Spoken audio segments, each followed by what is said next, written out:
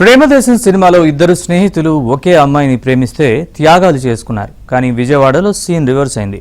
ఓ యువతి వ్యవహారంలో గొడవపడి నడి రోడ్డుపై థార్ జీపులతో ఢీకొట్టుకుంటూ సినిమా రేంజ్ యాక్షన్ ఫైట్ చేశారు. తీరా పోలీసులు యాక్షన్లోకి దిగితే మరో సంచలన విషయం వెలుగులోకి వచ్చింది.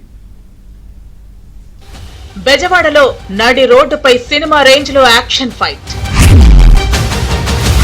థార్ జీపులతో ఢీ అంటే ఢీ, చూసుకుందాం రా అంటూ వార్నింగ్లు. అమ్మాయి కోసం శత్రువులుగా మారిన ప్రాణ స్నేహితులు. పోలీస్ స్టేషన్ లో బయటపడ్డ మరో బాగోతం. ఇదిగో ఈ థార్ ఫైట్ ను ఒక్కసారి చూడండి.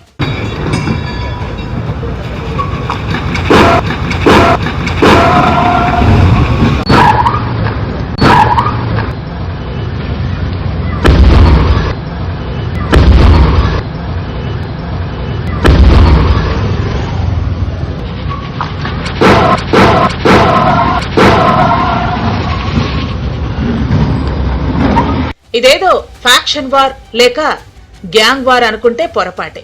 ఇద్దరూ ప్రాణ స్నేహితులు ఓ అమ్మాయి కోసం శత్రువులుగా మారి కొట్టుకుంటున్న సీన్లు ఇవి.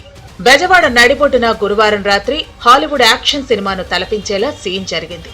ఒకప్పుడు ప్రాణ స్నేహితులైన తాడిగడపకు చెందిన ఇంజనీరింగ్ స్టూడెంట్ లింగమనేని రోహిత్, భారతీనగర్ కు చెందిన రియల్ ఎస్టేట్ వ్యాపారి బొల్లా ఓంకార్ ఒకే యువతి విషయంలో శత్రువులుగా మారారు. ఇద్దరి మధ్య ఫోన్ల మాటల యుద్ధం జరిగి నడి రోడ్డుపై సై అంటే సై అని సవాళ్లు విసురుకున్నారు.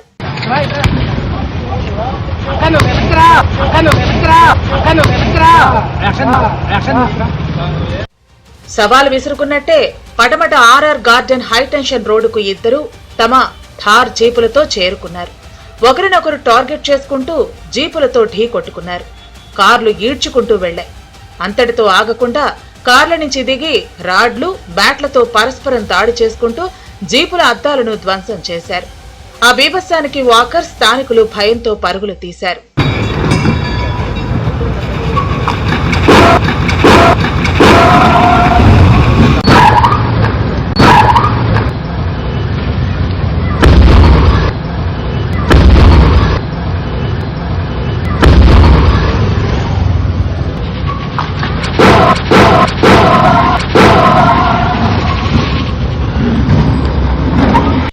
స్థానికుల సమాచారంతో పటమట పోలీసులు రంగంలోకి దిగి ఇద్దరిని అరెస్టు చేశారు.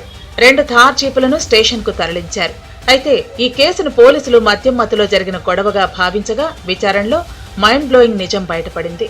నిందితుల రక్త నమూనాలను పరీక్షించగా బొల్లా ఓంకార్ కు డ్రగ్స్ పాజిటివ్ అని తేలింది.